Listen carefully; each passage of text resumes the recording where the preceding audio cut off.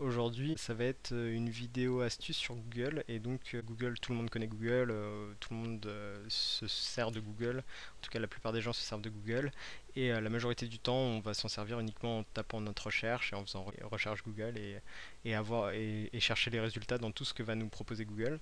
Mais il y a pas mal de petites astuces qui peuvent vous être utiles au quotidien, qui peuvent vous faire gagner un petit peu de temps et qui peuvent aussi rendre vos recherches un peu plus précises. Et donc c'est le but de cette vidéo. Donc les toutes premières, donc les premières choses que je vais vous montrer, ce sont des choses un petit peu connues et plus des petites astuces, type par exemple météo, donc Paris, voilà. Et donc lorsque vous tapez météo Paris par exemple, euh, donc vous allez avoir directement la météo qui fait à Paris en ce moment même avec les jours à venir. Vous pouvez faire ça avec bien sûr des plus petites villes, donc je vais vous mettre Étiole par exemple qui est une petite ville du 91 où vous allez avoir aussi pareil la météo d'Étiole, donc vous pouvez le faire vraiment un petit peu partout, il n'y a pas de problème. Et donc ça va vous permettre d'éviter de taper Météo France, d'aller sur le site de Météo France, de chercher. Alors je sais pas si Météo France est certainement un peu plus précis, mais au final si c'est uniquement pour savoir comment vous vous habillez avant de partir bosser et que vous avez l'ordi d'allumer, bah, ça peut vous faire gagner un petit peu de temps. Donc ça c'est quelque chose d'un petit peu connu. La calculette aussi est assez connue, donc vous avez la possibilité de calculer directement dans Google. Donc vous faites 38 moins 45 et il trouve tout de suite que ça fait moins 7. Vous pouvez faire des calculs plus, bien sûr, aussi difficiles que vous souhaitez, hein, il- donc il va pas avoir de difficulté à vous répondre. Et même des cosinus, des choses comme ça. Là c'est pareil, si vous êtes sur Google, que vous avez besoin de sortir la calculette plutôt que d'aller dans votre Windows ou quoi et de chercher votre calculette, bah, vous avez uniquement à taper directement et vous avez le résultat. Ça vous fait gagner un petit peu de temps. Vous avez aussi la map qui est connue, donc vous tapez donc Étiole par exemple, toujours, et, euh, et vous allez taper map derrière, et en fait vous allez tout de suite avoir la map qui s'affiche en fait d'Étiole, et vous savez où c'est, vous pouvez voir un petit peu plus précisément. Donc ça c'est trois choses assez connues, mais qui peuvent être assez sympas. Vous pouvez aussi taper une adresse précise, hein, il vous mettra le point exactement à l'adresse précise. Donc on va revenir dans la recherche. Une chose un petit peu moins connue mais qui peut être vraiment utile, euh, ça va être le define, donc qui va vous permettre de trouver une définition en fait. Donc par exemple define et vous allez chercher un mot, donc je sais pas, euh, molybdène. Donc je vais mettre define molybdène et il va tout de suite me donner en fait la définition du molybdène. Donc qui est un élément chimique, donc j'ai mis ça un petit peu au hasard, et la source de l'élément de la définition. Donc c'est pareil, plutôt que d'aller chercher dictionnaire, de taper dictionnaire, faire chercher, ensuite aller dans le dictionnaire, taper votre mot, vous faites define, deux points et et le mot que vous voulez définir et il vous trouve tout de suite la définition et la source. Donc ça c'est pas mal. Ensuite un truc un petit peu funky aussi qui peut vous être assez utile, c'est film. Donc vous tapez juste film en fait et là vous avez en fait tout de suite donc film à Ivry, donc il détecte que je suis à Ivry. S'il détecte pas où j'habite, il va vous poser la question où est-ce que vous habitez. Il faudra juste se mettre où est-ce que vous êtes. Il faudra juste rentrer de votre ville et puis voilà. Après vous avez la possibilité donc de voir la liste des films donc qui sont diffusés à Ivry en ce moment, et aussi quand vous tapez voir tous les films, d'avoir en fait donc vous avez un film donc de l'autre côté du périph par exemple, et vous avez en fait donc tous les cinémas qui sont dans le coin et les horaires à laquelle passe ce film, et donc vous avez la liste des films. Donc ça vous fait pareil gagner du temps par rapport au fait de chercher cinéma de je ne sais quoi, d'aller sur le site. Des fois en plus les sites sont pas bien faits, ça dépend des cinémas. Là vous faites ce film, afficher d'autres films, voir tous les films, et vous avez tout de suite bah, votre réponse. Donc ça peut être pas mal, ça peut vous faire gagner du temps, surtout si votre film commence dans une demi-heure et que vous n'êtes pas prêt. Ensuite, il y a la possibilité de convertir, pareil, convertir deux monnaies. Souvent, on va faire convertir, je sais pas, des euros en dollars par exemple. Plutôt que de taper convertir euro en dollars, ce que vous allez faire et chercher les sites qui le font, ce que vous allez faire, c'est que vous allez faire euro in USD. Donc euros en dollars, vous pourriez mettre aussi dollars hein, d'ailleurs, je pense que ça doit marcher. Voilà, euros en dollars, et tout de suite, donc là il fait du USD, et tout de suite il va vous dire que 1 euro ça équivaut à 1,33 dollars. Et donc c'est déjà bien, mais maintenant si je sais que bah, je pars aux États-Unis et que je vais avoir 350 euros sur moi, bah, ce qui m'intéresse c'est de savoir combien ça fait en dollars, 350 euros. Et donc je vais mettre 350 euros in dollars et il va tout de suite me dire que 350 euros ça fait 466,9 dollars. Donc ça c'est pareil, ça vous fait gagner un petit peu de temps plutôt que d'aller sur des sites qui vont vous renseigner. Vous pouvez aussi le faire avec des monnaies moins connues que le dollar, hein, et puis vous pouvez faire dollar vers euro ou une autre monnaie vers l'euro. Donc pour ça vous allez faire par exemple BAT, B-A-H-T, donc qui est la monnaie thaïlandaise. Et donc là je sais que 350 euros ça fait 14 119 bahts. Donc c'est aussi c'est une petite astuce, mais ça montre quand même, ça commence à montrer la puissance de Google. Euh, un autre truc qui montre vraiment la puissance de Google et qui est vraiment pas mal, c'est le lever et le coucher du soleil. Donc si vous faites lever du soleil, là vous voyez tout de suite qu'on a affiché le lever du soleil à Ivry, donc à 8h37. Donc là, c'est déjà très bien, mais on se rend compte surtout que, donc 8h37, retenez bien, si je mets à Strasbourg, donc qui est une autre ville de France, il va me dire que à Strasbourg, c'est à 8h16, donc 8h16, 8h37, donc il voit, donc c'est précis, c'est pas uniquement, bon, en France, le soleil se lève à 8h, 8h37 en ce moment, c'est réellement en temps réel et ville par ville. Donc Strasbourg c'est totalement à l'est. Si maintenant je mets une ville totalement à l'ouest, type Brest par exemple, qui est à la pointe de la Bretagne, on voit qu'il y a 9h04, donc on voit qu'il y a quasiment une heure de décalage horaire au niveau du soleil entre Brest et Strasbourg. Donc c'est assez. Donc déjà on voit bien la puissance et puis c'est assez fun à voir. Ça marche bien sûr avec coucher du soleil. Vous vous en doutez. Pareil, 17h49, et si je mets Strasbourg, eh bien ça va me mettre 16h59. Donc voilà, donc toujours quasiment une heure. Donc ça c'est assez funky, enfin je sais pas ce que vous en pensez, mais moi je trouve ça assez funky. Euh, Ensuite, il y a la possibilité, alors il y a pas mal d'autres choses. Une des choses connues, c'est la recherche par expression plutôt que de la recherche directe. C'est-à-dire que quand vous cherchez, je sais pas, n'importe quelle expression,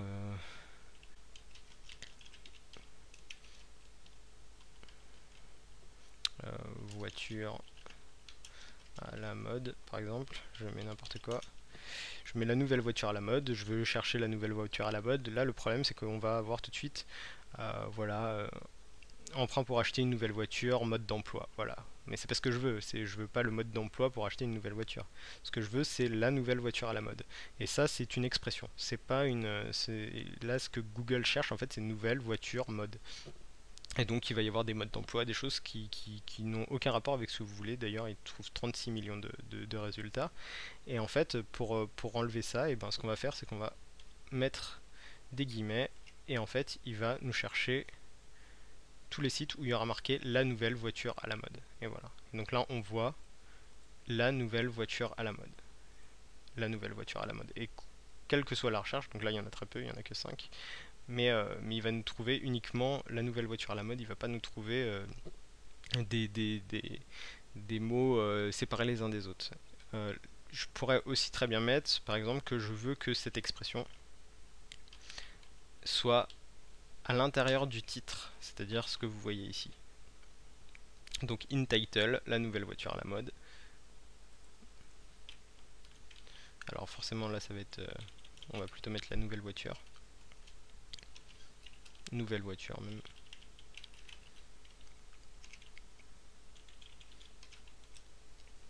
Et là il va nous trouver tous les sites où dans le titre il y a marqué nouvelle voiture.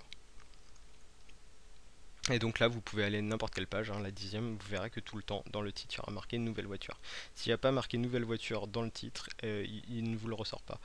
Et donc ça peut vous pouvez décider vraiment de limiter énormément le champ de recherche avec des balises comme ça. Donc là c'est in title. Vous pourriez aussi mettre in URL par exemple. Donc InURL. C'est aussi des choses qui sont pas mal utilisées par des hackers, etc. Donc c'est assez important de faire attention à ce qu'on met sur son site ou sur son contenu en ligne, parce qu'il y a vraiment moyen de rechercher très précisément des termes qui se trouvent à l'intérieur de votre site. Donc c'est bon, j'y reviendrai dans une autre vidéo. C'est pas le sujet de cette vidéo. Donc ici, je mets InURL nouvelle voiture, et donc là il va forcément me trouver des sites où dans l'URL il y a marqué nouvelle voiture. Donc nouvelle voiture, vous voyez. Donc l'URL c'est ce qui identifie votre site. Et donc là vraiment il y aura toujours marqué InURL, nouvelle voiture dans l'URL. Euh, il y a d'ailleurs possibilité de chercher par site. Par exemple, j'ai trouvé une recette de sauce qui est super sur Marmiton. Je me rappelle plus trop du nom de la sauce. Je sais que c'est sur Marmiton. Il y a certaines personnes qui vont faire, par exemple, sauce Marmiton. Voilà. Donc on met sauce Marmiton. Bon, c'est ok, d'accord. On a mis sauce Marmiton. Là, pour l'instant, on a pas mal de sauces. Mais on voit que déjà, même à la fin de la première page, on a dans lesfoodies.com. Alors, et on a une sauce, en fait dans l'URL on a marqué sauce marmiton, mais en fait c'est pas une sauce qui se retrouve sur le site marmiton.org. Donc moi ce que je veux c'est vraiment retrouver cette sauce en particulier, et donc pour ça je vais mettre sauce, ensuite je vais mettre site, site 2.marmiton.org. Alors il faut bien préciser par contre le nom de domaine, et donc là sauce-marmiton.org, et là on voit qu'il va me ressortir uniquement du marmiton.org, parce que je lui ai dit que c'était à l'intérieur du site marmiton.org que je voulais absolument chercher. Si je vais à la page 10 par exemple, vous voyez qu'il n'y aura que du marmiton.org. Et ça aussi ça peut vraiment vous faire gagner du temps. Et, euh, et donc ça c'est vraiment quelque chose à retenir. Je pense que le site est quand même est plus utilisable, on va dire, dans le quotidien que le InURL ou InText par exemple. Donc InText en fait c'est simplement dans le texte que vous voyez en dessous. InText c'est comme InURL, vous cherchez une expression dans le texte. Ensuite, il y a la possibilité, ça peut être intéressant aussi, alors c'est un peu particulier, ça dépend de ce que vous faites, mais vous pouvez trier par type de fichier. Donc c'est-à-dire que par exemple, je veux, alors vous connaissez sans doute, enfin peut-être le site du zéro, donc le site du zéro, site du, donc, qui est en fait un site d'informatique, qui est très bien fait, et qui va vous permettre par exemple de voir des cours. Donc on a ici HTML5 CSS3 qui est un de leurs cours clés, et en fait vous avez la possibilité sur ce site de télécharger des cours donc en format PDF. Donc là, par exemple, je sais à l'origine que je veux aller jusqu'à télécharger ce PDF là, etc. Plutôt que de faire exactement le chemin que je viens de prendre, il y a la possibilité de faire donc site de point. Alors c'est site du. Alors on va pas faire de faute d'orthographe sinon ça va pas marcher. 0.com, et on va mettre file type .pdf. Et là en fait il va me ressortir tous les PDF du site du zéro en fait. Et donc là je vais pouvoir ça va être bon, ici j'ai mis le site du zéro, mais ça peut être dans n'importe quoi. Je pourrais très bien aussi mettre par exemple PHP avant. PHP, ah, oui, ça marche pas. PHP qui est un langage web, site du zéro.com, file type, et donc là on a donc un PDF sur PHP. Donc voilà, introduction au PHP. Donc bon, ici étant donné qu'ils sont encore en bêta test, il y a pas mal de liens morts, mais sinon ça peut vous faire gagner du temps. Bon, alors après c'est sûr qu'il faut taper aussi une URL plus grande, mais parfois plutôt que de chercher pendant 10 minutes exactement un document, de plus savoir où c'est, etc., ça peut vraiment vous faire gagner pas mal de temps. Euh, Ensuite il reste pas grand chose de ce que je voulais vous montrer. Il y a la possibilité de remplacer un mot. Ça c'est vraiment pas mal. Par exemple en ce moment il y a Open Gangnam Style qui passe pas mal. Donc comme ça vous savez à quel moment je fais la vidéo à peu près. Et vous savez pas forcément comment l'écrire. Bon, ici c'est un phénomène, donc forcément vous aurez pas trop de difficulté à le trouver, mais ça peut être pour quelque chose de beaucoup moins facile à trouver. Et par exemple, je sais pas du tout comment ça s'écrit. Je sais que ça commence par Opa, je sais que ça finit par Style, mais je sais pas trop comment ça s'écrit. Vous avez la possibilité de mettre donc le joker, donc le signe qui est aussi utilisé pour le multiplier, et vous mettez Style. Et en fait, on va voir que vous voyez, il me sélectionne en fait. En gros, il va me chercher tous les mots, va me chercher plein de mots à la place de cet astérix en fait. Donc on voit là par exemple que il est bien souligné partout. Si par exemple je laisse juste Opa et Style, on va voir que vous avez Opa et Style qui est surligné, mais Gangnam n'est pas souligné. Donc là, l'idée, c'est de remplacer, que Google remplace l'astérix par un mot. Il sait qu'il y a un mot à chercher ici, et en fait, il va vous chercher partout. Alors, ce ne sera pas toujours la même chose. Par exemple, ici, vous avez Opa Harry Style, vous avez d'autres choses, mais en gros, il va toujours remplacer. Voilà, Opa Kaka Karaoke Style. Mais il sait qu'il y a quelque chose entre Opa et Style. Et donc ça peut vous être utile, surtout pour des recherches un peu moins évidentes que là, mais voilà. Vous avez aussi la possibilité de soustraire et d'additionner, enfin de soustraire de votre recherche. Donc par exemple, vous voulez toujours une sauce par exemple. Par exemple, on va mettre une sauce, ouais, pour l'instant on va juste mettre sauce. Là, vous avez pas mal de recettes de sauce, mais à ce moment-là, ça va être intéressant, c'est que je veux pas du tout une recette en fait. Je sais pas ce que je veux avec de la sauce qui ne soit pas une recette, mais je vais faire moins recette. Alors, excusez-moi pour la... voilà, je veux uniquement la définition, par exemple, de la sauce, qu'est-ce que c'est, etc., son historique, mais je veux pas la recette de la sauce. Donc, je sais, l'exemple est un peu pourri, hein, je l'ai pas trop préparé celui-là, mais voilà, donc en mettant sauce moins recette, il va me ressortir uniquement des choses où il y a le mot sauce, mais où on ne parle pas de recette. Sauce au clown, bon, il peut y avoir pas mal de choses, mais donc ça va ça peut être intéressant. Des fois, vous faites des recherches et à chaque fois, vous retombez sur quelque chose que vous voulez pas parce que il associe un mot très connu à un autre. Par exemple Star, mais vous voulez pas Star Wars, vous voulez autre chose. Et ben, vous mettez Star moins Wars, comme ça, il va vous virer le Wars à chaque fois et vous pouvez chercher, je sais pas, bon, Star Trek c'est très connu, mais autre chose quoi, Stargate ou je ne sais quoi. Donc ça peut vous être intéressant.